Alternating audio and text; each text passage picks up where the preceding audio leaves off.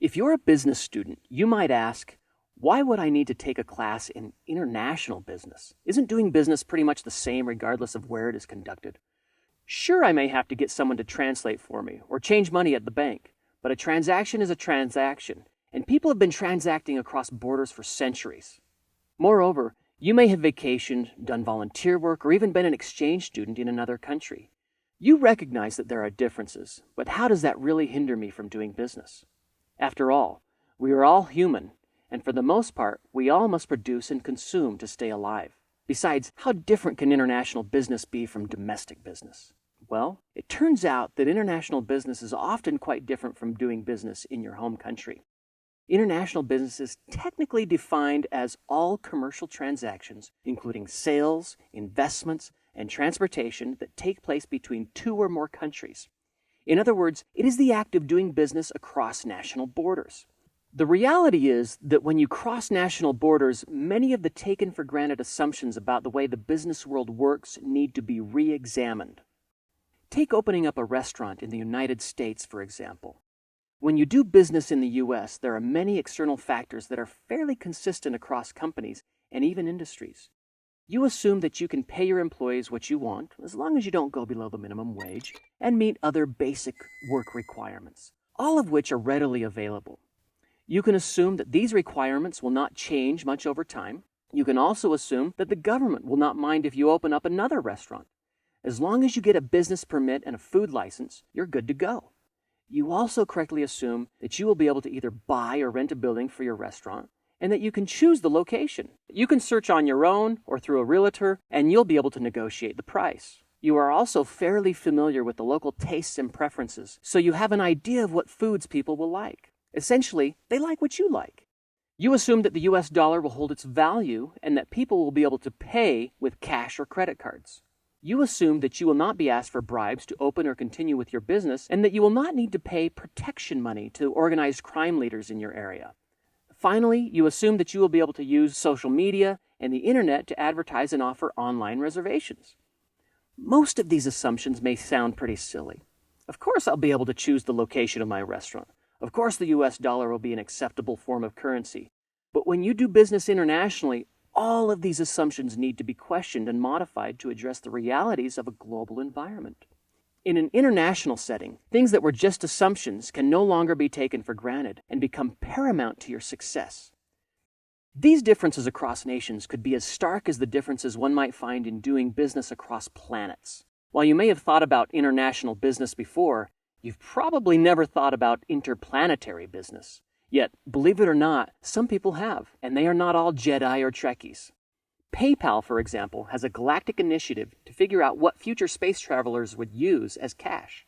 They admit that this would not be a reality anytime soon, but nonetheless, they want to be ready when space tourism and other out-of-this-world opportunities begin to take off.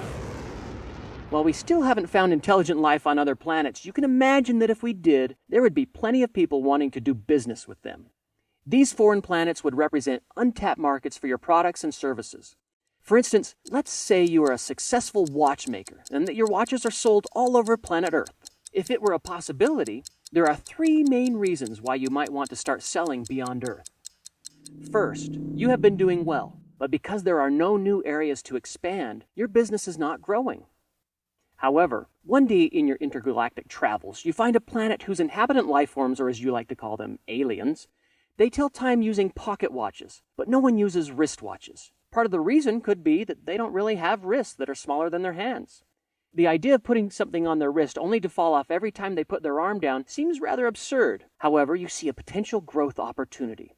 While the exact watches you produce may not be suitable for this population, you realize that with some slight modifications using the incredibly advanced technology of spandex that you already use in some of your watches on Earth, the watches could stay attached to the aliens' wrists. If you are successful in entering this planet's market, as well as atmosphere, then you might be able to grow your sales. This would be much easier than trying to get the humans on Earth to switch from their existing watch brands to yours. So increased sales is a major motive for expanding into interplanetary markets. Second, while spandex is super cool and super advanced, you may find that the foreign planet in which you are trying to expand has technological advances that not only allow them to make spandex much more cheaply, but to do so in a way that creates less environmental waste. This is good news to you for two reasons. One, you will now be less of a contributor to depleting your own planet's ozone layer and subject to lower carbon taxes. Two, you will now be able to decrease the overall cost of producing watches, both for the new planet and for the planet Earth. In addition, you may find that by interacting and working with the aliens, you are able to glean some new insights on spandex bands for the Earth market. So the ability to acquire resources and knowledge from the foreign planet would act as a second major motive for expanding into interplanetary markets. Third, you may feel that by selling your wristwatches in a foreign planet, it reduces risks that you are facing by limiting yourselves to Earth. For example, it is no secret that the Klingons, aliens from the planet Klingon, have had their eyes on capturing and taking over planet Earth for quite some time. As far as you can tell from viewing the many episodes of Star Trek, the Klingons are not wristwatch people.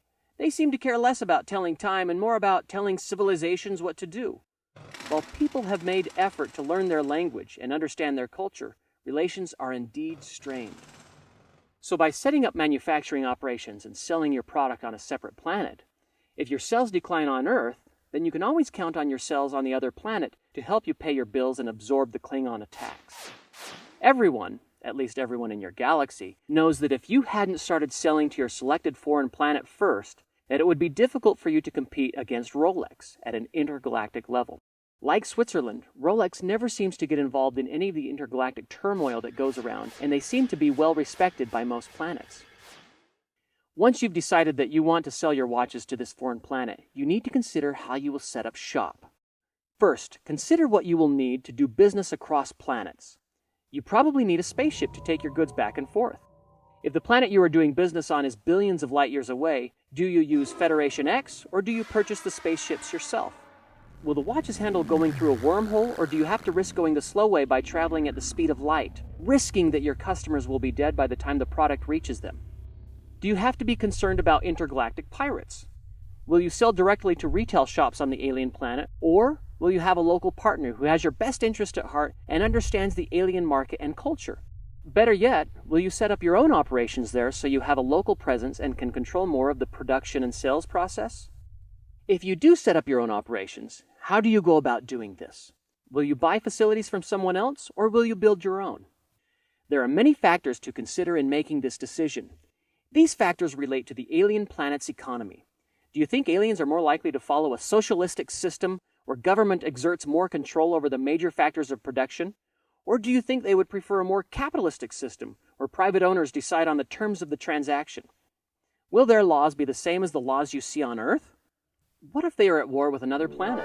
Will their language, culture, and norms be the same? Will you need to make modifications based on these socio-cultural factors? And finally, will they have similar technologies and processes to the ones you use? Is there something you can learn from their technological environment? All of these factors influence the form your company takes and how you will manage your operations. Like interplanetary business, international business must similarly consider these factors. The differences require you to modify existing business principles and practices, making international business something quite different from domestic business. Those who recognize that these potential differences exist are more likely to ask the right questions, allowing them to find the right answers and outcompete their rivals. Those who ignore differences won't even be aware that they should be asking questions at all.